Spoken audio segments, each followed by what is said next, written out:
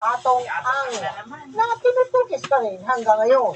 Bagaman di pa tiyak kung nakalabas nga siya ng bansa, nakikipag-ugnayan ng PNP sa mga otoridad sa Cambodia dahil may mga negosyo rin doon siya.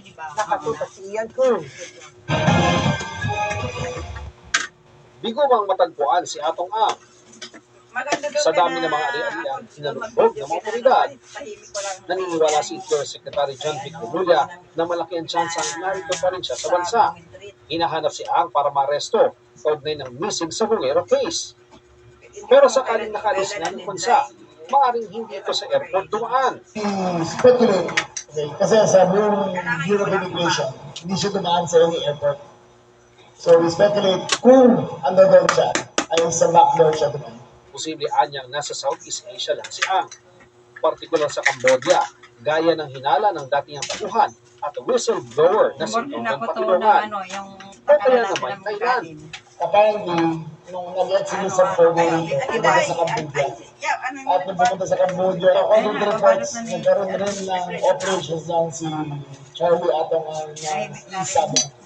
Tapos na rin yung ano nyo, call center. Sa Cambodia. Nakikipag-ugnayan na anya ang PNP sa Cambodian Police. Makakatulong din anya ang pagiging chairman ng Association of Southeast Asian Nations o ASEAN ni Pangulong Bongbong Marcos. Pero ang pag-repatriate ito ay mas effective siguro ay hintayin natin si Pangulo na kapag-usapin ng kanyang counterpart doon sa Cambodia.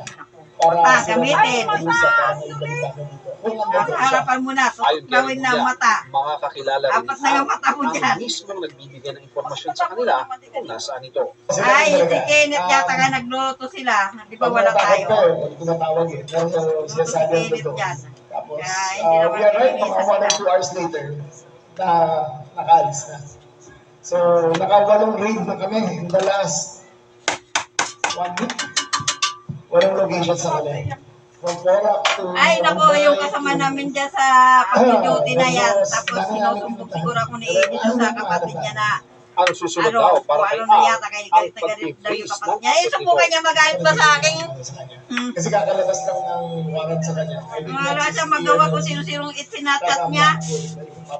Sumbong na ano, baka sinasabi pinapabayaan ko siya, sinusumbatan ko siya. Sa akin, tama na yung sinasabi ko sa kanya dahil may asawa siya, may anak siya papakainin. Hindi kay puro lang niya, kain tulog. Kung saan siya nagsusumbong. Para siyang bata. Matanda na siya. Bulbulin na, ano na siya. Naku, naiinis ako mga ganyang tao, may nagsusumbong. Mula noon hanggang ngayon, sumbong pa rin niya sa kapatid niya na iniiwanan ko siya. Eh, sabi ko, umaalis ako ng bahay, hanap buhay yun, hindi kay panlalandi, panlalalaki. Hindi kagaya niya sa kapatid niya, pero ano lang, Ayon sa report ko pa rin lang ako nilang nakakaganya rin, kaya ako matino akong babae. Para mapanatiling abot kaya ang Hindi ako kagaya sa kanya na bibili ng ticket, sasabihin pera ng lalaki o kanino pera yun. Na pinamatahin niya doon. Ano lalaki doon sa pinuntahan niya. Presyo ng regular attorney. Kapart ng consultation, Talaga naman, tumawag naman yung babae, sabi niya na himatay siya doon sa pier. ganung presyo.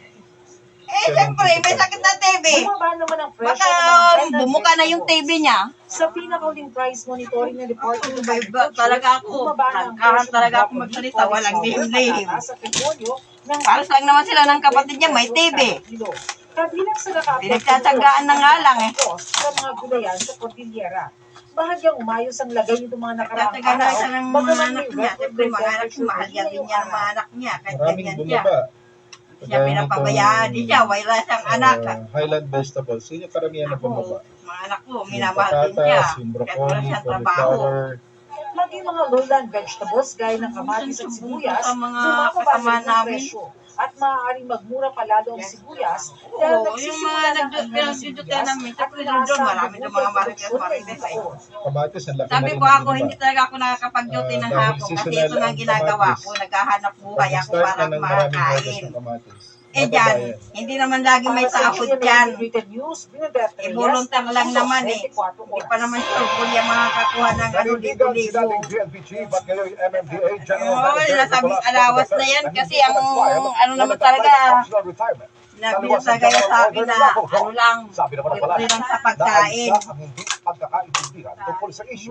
Wala naman talaga yan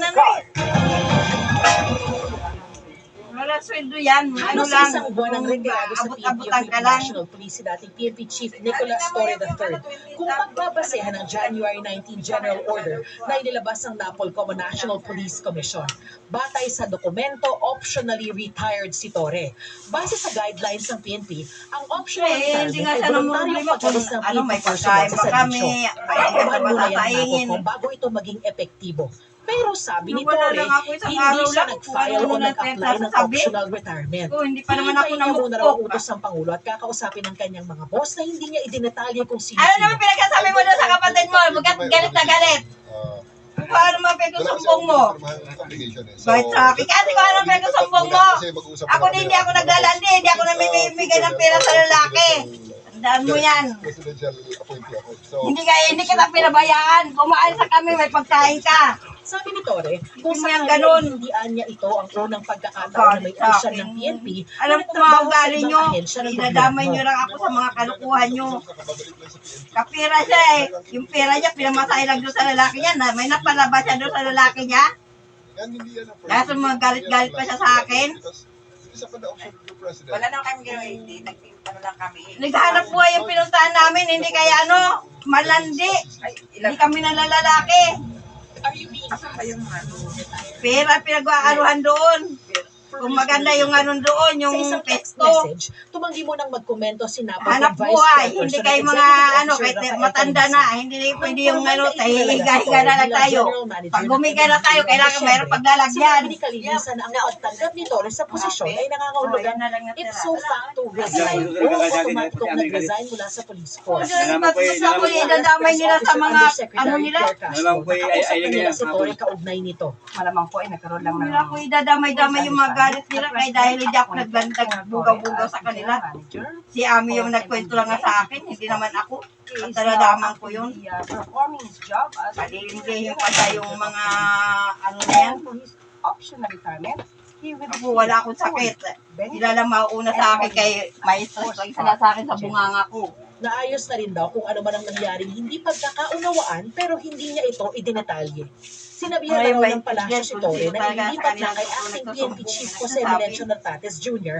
ang ranggong 4-star general na iisang opisyal lang ang pwedeng humawak. accepted po.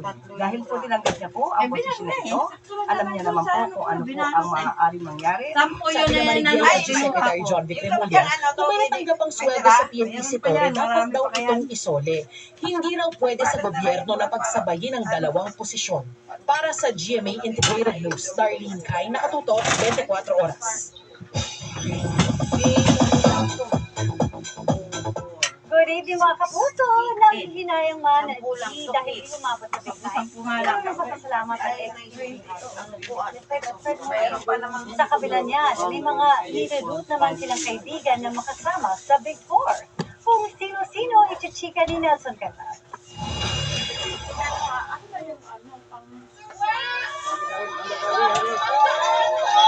Masayang sinalubong ng ilang Sparkle officers at fans ang latest Kapuso PNP CODAP Edition 2.0 evictee na si Clifford. Ang welcome back party, pinangunahan ni Sparkle First Vice President Joy Marcelo. Binulang Sparkle star sa lahat ng sumuporta at naniwala sa kanyang entire journey sa loob ng bahay. Sa interview ng GMA Integrated News kay Clifford, Kasalanan mo yan, ang subukan na fellow sumbong evictee na si Fred Moser. Panang kwento. Ikinuwento nila na hindi sila naging masyadong Kapag emosyonal kung hindi ka nang nagkikwento maigit sa eh, bahay ni nanahimik Kuya ka lang eh. dahil na rin sa Nakita mo, narinig mo lang. mula sa outside world. Pero hindi raw may tatanggi ang panghihinayang na sana ay nakasama sila sa midnight.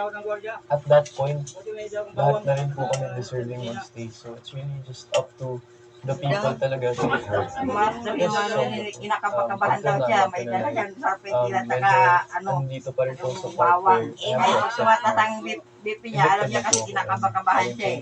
may chance Dapat na rin po sa para maano siya, may makapag-work. sa sabi at saka Pero, pawang. sa ngayon po, I'm really slowly accepting it at the same time. And syempre, I'm looking Eh, at the sa brighter mga side kasumbong, hindi ka makakaganyan kung wala kang sinusumbong doon. Hindi sa Ako, hindi ako na lalaki, hindi kagaya sa kanila, makakachat lang ng lalaki, sila na agad pupuntahan niya, pamamatahe. Na siniship pala sila ni Caprice Cayetano. Si Fred naman kay Princess Alia Naling. I'm looking forward to getting to know her more outside. Sa labas talaga yung malala natin kung strong talaga yung bond. Kaya mo na yan, dahil maglagay ng ano, Kaya, isang kutsara ang lagyan mo. Kasi she's Tapos like, yung ano pala natin. Ay! Kuya! Naligaw? Kita mo sa yung papa mo, chismosa. Akala yung lalaki daw kami. So I don't think it was the right environment to start. Pinintay yung bilat namin. Hindi naman na mabibili yung bilat namin. At dahil galing sila sa loob ng bahay, sino kaya ang napagsulsuhan nila? Wala nang katas yan. Celebrity Collab Edition 2.0. Para sa akin, big winners talaga would be Miguel and Princess. Kita ko talaga sa hindi pa napiprito. pagiging terminado nila with everything they do talaga. Especially sa mga task like that. They really want to win. And I always ask them na, oh, do you want to stay? Do you want to stay? They're getting homesick, gano'n. Pero lumalaban sila para sa pamilya nila. It's really hard to answer up to this day. Pero siguro one of my big winners is si Miguel. Kasi unang-una po si Heath, napaka-God-fearing niya na tao. And sobrang talented niya. Like, as in, he really inspired all of us. Si Miguel naman, si Miguel yung parang nagsilbing guide din namin. Nelson Canlas updated sa Showbiz Happenings. Susunod, sa gitna ng paglakas ng hanging amihan, record-breaking na lamig naramdaman sa ilang panig ng bansa. Russian vlogger na inaresto dahil sa pagbabantang magkakalat daw siya ng HIV sa bansa. Ipagdedeport. Ito na nga inano na namin ni Iday. At sino Ano kaya parang ang dito big 10? guy na kasama ni Jillian Ward nang kumasak sa viral na niyang TikTok entry? Tutukan lahat ng yan sa pagpapatuloy ng 24 oras. Kataw-taw yan sila sa'yo. Tapos tayo magpapatulog ka sa akin na ila.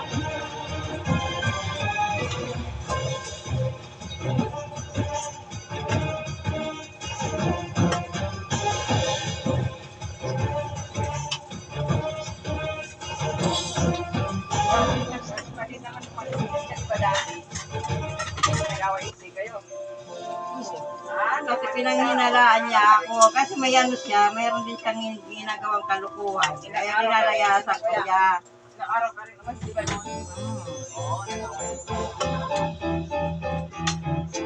Kasi ayaw ko yung pinanghinalaan ako lang, wala naman ako ginagawa. Ito tuhanin ko kaya.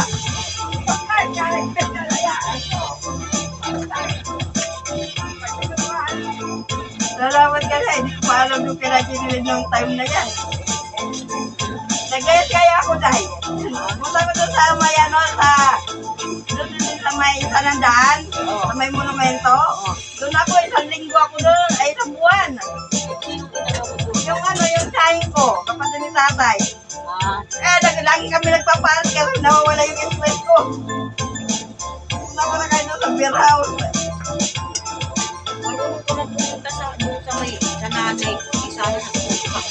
Excellence recognized on Di wala pa kasi nun, di ba, mga cellphone? Authority and Chris, from the bottom of my heart, a huge thank you. All around the world, we cover stories that make us angry, sad, triumphant, and glad. But our job as journalists is to harness all these emotions Wala itong mga and anak turn niyang ano, 3 anak namin ay 4. Iniwanan ko sa kanya. Yak-yak siya doon kay ano, kay Tia Alice. Sabi niya, hindi na mauulit, hindi na mauulit. Click the button that says View All Services. Scroll down and go to the Manage column. Click GCash Jr. Add a child.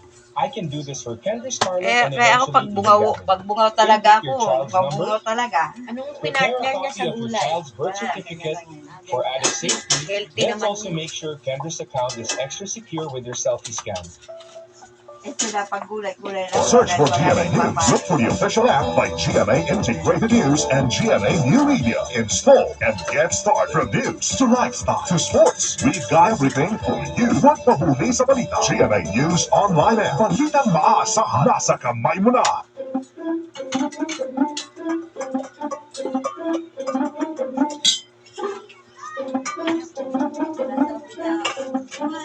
May kanin na ba dyan? May tigas na ba dyan? Nasa init na ba?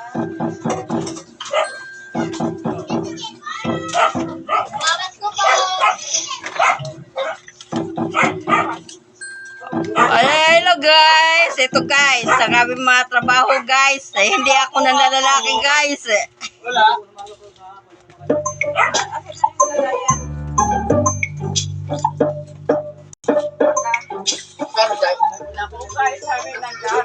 Naghanap buhay lang kami guys.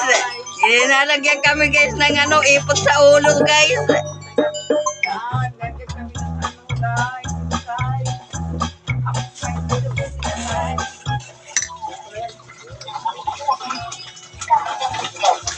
Anong ilalagay dyan na ano? Gawa nung naluto ni Chris, anong ilalagay mo?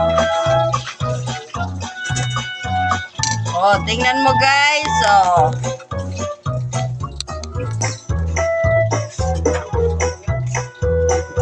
Mahirap guys yung mga nagsisinungaling na tao guys. At that time, nagutang nga ako Hello guys. Nangyari si Myra na po nagkatay. Yung first time ko rin in 2 years sa negosyo na may customer. Prepare po kami na pagkain po para dalhin sa office. Pagkain ng mga trabahador sa office.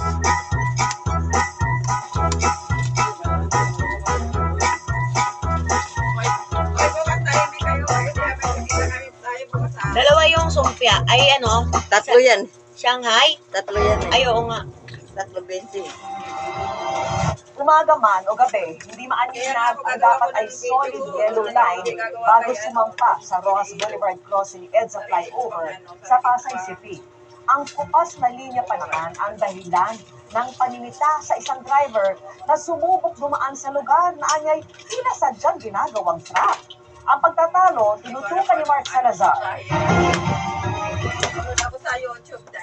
Dahil notorious umano ang paninikit para sa improper lane changing bago umabot sa rampa ng Rojas Boulevard Crossing and sa flyover sa Pasay City. Ay, wala yata tayo suka. Paano sa usawan dyan? Change lane sa tamang paraang alam niya.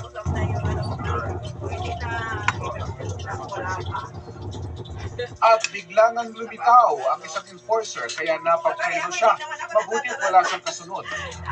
Sa uploaded video, mainit agad ang palitan ng motorista at enforcer na parehong may interview kung ano ang improper lane changing violation. Wala pa akong ginugod ng last 2 minutes. Ay, unang-una ko nga. 1 hour na natapos ka na yun. Bakit mo ba? Pangatlo. Hindi pwede kasi wala ko sa dito sa kanan. Okay mo po yan. Ano sabi? Bumaba ang sitahan sa kalye dahil bumaba pa ng sasakyan ng motorista. Pasay City. Sabi na nila, may namin dito. Paano nila Japanese table city, alam mo yun, yung kompleto. Tanda mo yung ganyan. Sige, away tayo. Ano? Natapos silang walang ticket pero wala ring linaw kung sinong tama. Tama yung malino eh. Tama, malino. Malino naman yung pag-enforce mo eh. Sabi ko, wala. Mali yung pag-enforce mo. Wala nga. Tama lang yung malino. Trap yung ginagawa nito. Alam mo po yan. Hindi. Ito. Kita mo to. Sige. Kita mo to. Kita mo to. Kita mo to. Binalikan namin ng spot at hindi mo nga naman talaga mababanaan ang solid yellow lane kahit daytime. Siguro, i-advise na lang po muna natin yung mga enforcer natin na i-guide na lang properly yung mga motorista. And then kasi, pipilitin natin ma-resolve kagad yung lane markings na yan kasi talagang painted na naman talaga siya. Malaking parte ng investigasyon ng viral video pero kulang daw ito para masiguro ang violation. Kailangan din umanong makausap muna ang sangkot na traffic enforcer. Pero napansin sa video ang peligrosong paraan ng pag-flag down ng enforcer. Ina-advise naman sila sa mga gano'n na kailangan ingatan din nila yung sarili nila while performing their duties. Kaya lang po, syempre, siguro nagkaroon ng abrupt na pagkakamali sa traffic ng time na yun. Kasi biglang flag down no? So, i-advise na lang din po sila para dyan. And siguro, i-suit nila yung visibility vest nila. Ilang kapwa traffic enforcer naman ang nagtanggol sa kanilang kabaro na nababash online kahit nila naman ang ginawang pagtuli.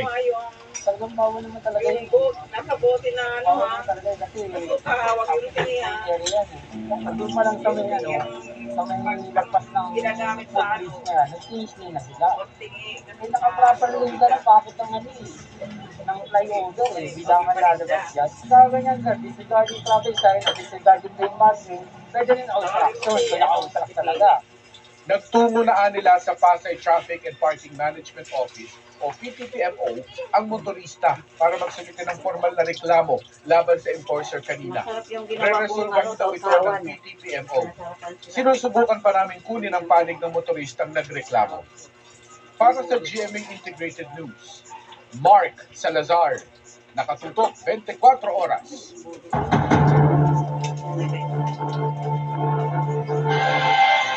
Sa kanyang testimonya sa Sandigan Bayan, inihiyag ng kinatawan ng isang bangko na 176 million pesos ang ibinayad ng DPWH Mimaropa sa SunWest Incorporated para sa substandard na proyekto sa Oriental Mindoro. Nakatutok si Maki Pulido. Matapos sabihin ni DPWH Secretary Ano yung SM natin na inanuhan? by third San edition, Mateo, no? gaano San Mateo. ka substandard ang inspection niyang flood control project sa Nauhan Oriental Mindoro.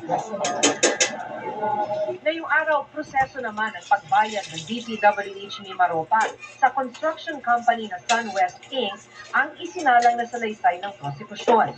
Ang SunWest ay kumpanyang itinatag ni dating Congressman Zara Ho na kasama sa kinasuhan ng malversation sa flood control project sa Nauhan.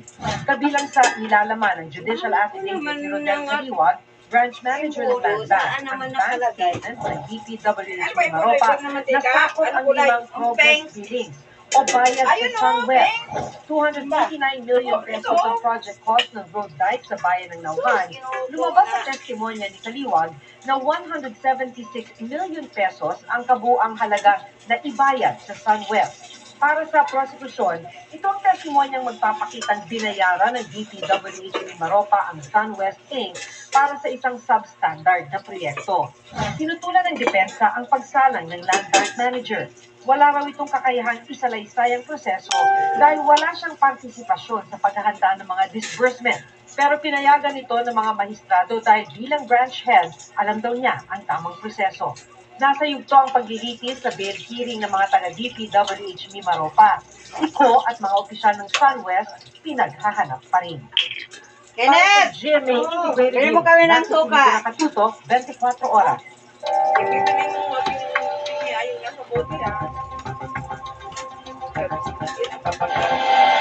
Itinuturing pa rin armed and Yung nasa bote daw ang bili. ILD, si Atong A. Kahit isinuko na ng nagpakilala niya ang abogado, ang ilang baril at Diyan mo balas dyan, may kano pa ba sa dyan pera? kay Ang. Nawawala pa umayo ang isang mataas na kalibre na baril ni Ang. Nakatutok si Marisol. Huwag dyan kay pambayad dyan sa ano, Meralco. Baka ikaw ang ibayad ko. Isang M16, 3 pistol at isang revolver ang mga baril na isinuko ng nagpakilalang abogado ni Atong Ang na si Atty. Kaelo Jaime Reyes sa Mandaluyong Police Martes. Yung ano, yung nasa, tama na yun, nasa 20 lang yan, o 30, magdala ka lang. Tulong. Matatanda si Maris 16. Bumibili ako dyan kay ano, 25 lang yan eh, o 28. Namatarusin sa pangalan niya. Dyan kay... Dinawin ang kanyang permit. Di, dyan lang. Sa record ng firearms. Doon kay, baka doon, 25 lang yan doon, kasi ay 20... nakarehistro kay Atong Dyan kay Ang. Lano. Kabilang na rito ang dalawa na Labulicor. mga high-powered firearm. Pero 5 lang ang isinuko ng kanyang abogado sa mga otoridad. According sa abogado ni ako sa loss yung isang M16. Dynamite. Kasi nawawala. At puro pa rin na nakarang taon, nawawala ang isa ng high-powered firearm. yung itlog. Ang FBO will conduct naman ng investigation to get yung veracity ng report kung talagang nawawala. Kasi hindi ko masasabi yung dahil yun naman yung records na sa FBO. Si Ang ayon sa FEO ay Type 5 license holder. Ibig sabihin, pwede siya magparehistro na ng higit pa sa 5 baril. Bukod sa mga pag-surrender sa mga baril, wala na raw silang ibang nakuha pang impormasyon tungkol sa number 1 most wanted ngayon sa bansa. Yun lang talaga ang purpose nila is to surrender yung firearms na may atin. Wala na banggit siya kung wala na kanya kung nasaan siya. Wala, hindi naman. Hindi namin napalit sa kanila. So, control namin is to receive yung mga firearms. Bagamat isinuko na ni Ang kanyang mga baril, itinuturing pa rin siya ni DILG Secretary John Retemulla na armed and dangerous. Bukod naman sa mga baril, isinuko rin daw ng kampo ni Ang ilang bala at magazine. Mga fast purchases sa revolver niya yung bala. Walang bala naman. Wala. Patuloy naman daw na minomonitor ng Mandaluyong Police ang bahay ni Ang sa nasabing lungsod, kung saan 2 warrant of arrest ang kanilang naisilbi. Patuloy pa rin sinisikap ng GMA Integrated News na makuha ang panig ni Ang. Para sa GMA Integrated News, Marisol Abduraman, nakatuto 24 oras. At abangan, mahigit 600 mga aftershock na itala mula sa magnitude 5.2 na lindol sa Sultan Kudarat. Ilang residente sa tabing kalsada natulog dahil sa takot. At pagsisikip ng traffic sa Pilipinas, pinakamatindi sa buong Asia base sa isang pag-aaral. Yan, at iba ng mga balita sa pagbabalik ng Mamaya pagkatapos magprito sa tita mo, lutuin mo yan.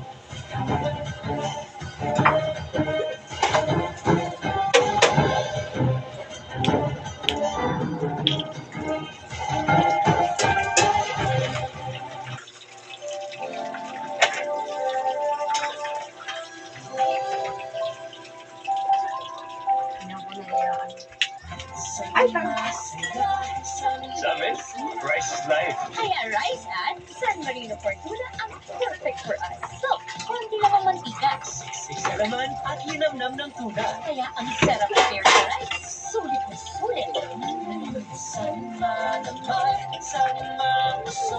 Sarap. Sama rice is life. Kaya switch na sa San Marino Fortuna. You deserve San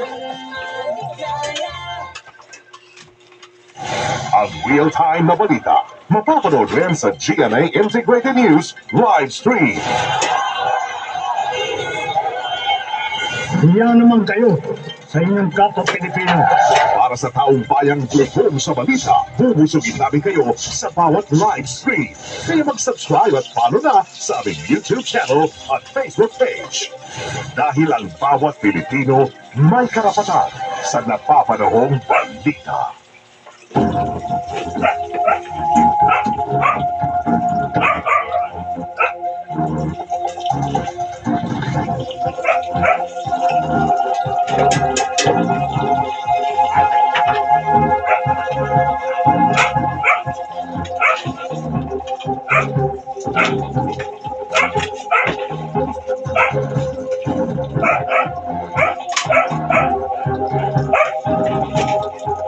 Ilalagyan mo ng tubig yan.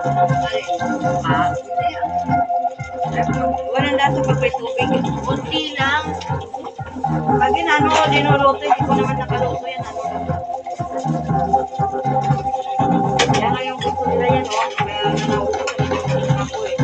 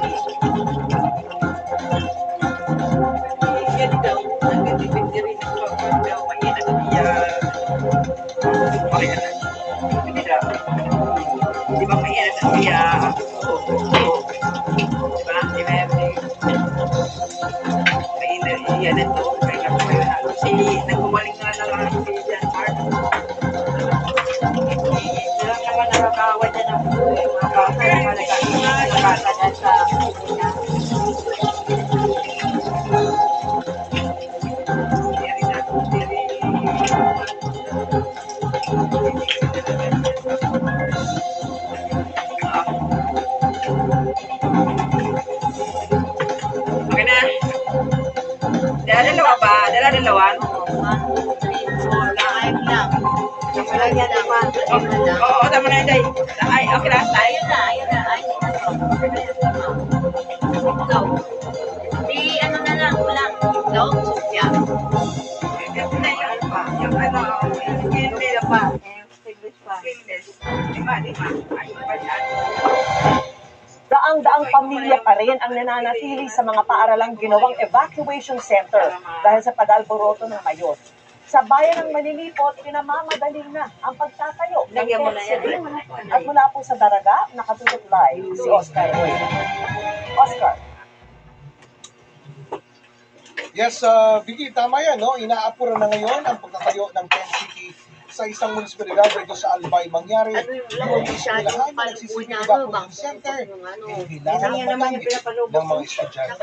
Kailangan ibukod lang siya kasi baka mamaya dito matapos sa ano eh. Nakabukod dyan. Nasa mahigit 4 na pamilya o halos 1,500 individual pa rin ang nananatili sa evacuation center sa San Jose Elementary School sa Manilipot, Albay. Binisita namin sila kanina at nasa maayos naman silang kalagayan. Sapat naman daw ang supply ng pagkain at may umiintindi umano sa kanilang kalusugan. Yun nga lang, kakailanganin na raw ng mga estudyanteng magsisipagpasok at eskwelahan tinitira nila sa kasalukuyan. May patakaran yung ating Department of Education na supposedly pag ginamit mo yung classrooms, should not exceed sa 15 days. Kaya naman inaapuro na ang pag-i-install ng Tent City malapit sa naturang paaralan.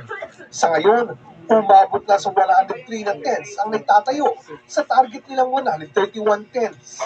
Ginawa lang yun ng ating... Ay, nawala na yan, no? Wala nang grabe. Pero ano lang, tama na yun. Para ma-extend din yung kakulangan sa space doon sa loob ng evacuation center. Ay, meron pa yan! Pangamba ng ilan. Mainit po. Mainit po dyan. Kailangan pondog yun. Ay, wala. Yung tawag pala. Umulan po. Mababasa. Saan nilalagyan tawag? Of course, priority pa rin yung... Ay, yung mga natira, yung itlog pa. Hindi, iba rin. May ganyan din siya. Yung toge at saka... Base sa pinakahuling informasyon na kuha sa tipo, ito, nananatili na sa alert level 3 ang bulkan ngayon na nagpapakita ng mataas na aktibidad. Sa nakalipas na 24 oras, dahil tala ang pagbuga ng lava dome at lava flow, kasama ang palakalakang mahinang strombolian activity o pagsabog ng lava ng bulkan. Nakapagdala din ang mga seismologists ng 222 volcanic earthquakes, 370 rockfall events, at 63 pyroclastic density currents o uson. Patuloy rin ang pamamaga ng bulkan, palatandaan ng paggalaw ng magma sa ilalim. Ang sulfur dioxide emission ay umaabot sa 1,281 tonelada bawat araw. Samantala, Vicky, pinapayuhan ang publiko na laging maging alerto at susunod sa mga abiso ng kinauukulan. Vicky? Maraming salamat sa iyo, Oscar Royda.